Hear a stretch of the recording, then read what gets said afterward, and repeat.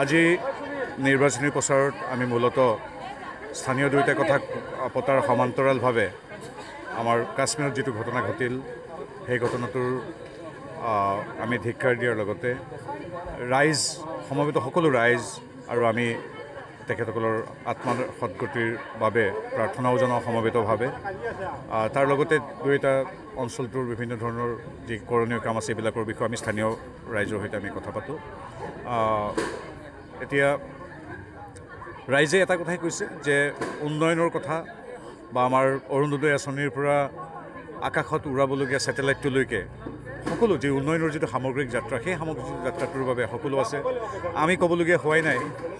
আমাৰ ৰাইজে কৈছে যে কেন্দ্ৰত বিজেপি, ৰাজ্যত বিজেপি, বিধায়কগৰাকী বিজেপি, গতিকে অৱধাৰিতভাৱেই ট্ৰিপল ইঞ্জিন চৰকাৰৰ লগত আমাৰ স্থানীয় দবাকেইটাও সংযুক্ত কৰাটো অতি স্বাভাৱিক কথা। গতিকে পঞ্চায়ততো বিজেপি, কেন্দ্ৰত বিজেপি, ৰাজ্যত বিজেপি, পঞ্চায়তত বিজেপি।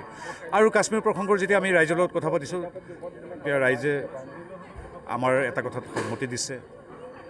তেখেতসকলে নিজেও কৈছে যে অসমতো এটা সময়ত পৰিৱেশটো কিছু সন্ত্ৰাস জৰ্জৰ নোহোৱা নহয়। বিভিন্ন সময়ত অসমীয়া জাতিয়ে বিভিন্ন সময়ৰ সৈতে যুঁজি আহিছিল, কিন্তু আজিৰ তাৰিখত বিগত এটা বছৰ উগ্ৰপন্থীৰ গুলীত অসমত এজনো লোকৰ মৃত্যু হোৱা নাই। অসমত এটাও অসম বন্ধ আগতে যিদৰে 1000 ঘণ্টা 100 ঘণ্টা অসম বন্ধ তেনেকুৱা হোৱা নাই। বন্ধ পিকেটিং নাই। এতিয়া অসমৰ যুৱ প্ৰজন্মই প্ৰগতিৰ বিকাশৰ বাট বুলিব বিচাৰিছে আৰু তাৰ বাবে ৰাইজে যিদৰে নৰেন্দ্ৰ মোদীদেৱ তথা অমিত শ্বাহৰ সহযোগত ডক্টৰ হিমন্ত বিশ্ব শৰ্মাদেৱে যিটো বিকাশৰ সমান্তৰালভাৱে শান্তি সমৃদ্ধিৰ এটা পৰিৱেশ ৰচনা কৰিছে, সেইটোৱে আমাৰ আচলতে গোটেই যাত্ৰাটোত ইন্ধন। ৰাইজে সেই কথাখিনি পাতিছে আৰু এটা কথা তেখেতসকলে উনুকিয়াইছে যে কেৱল মানুহেই নহয়, কাজিৰঙাৰ গড়কেইটাও আজিৰ তাৰিখত বিজেপি মিত্ৰজোঁটৰ চৰকাৰ দিনত সুৰক্ষিত।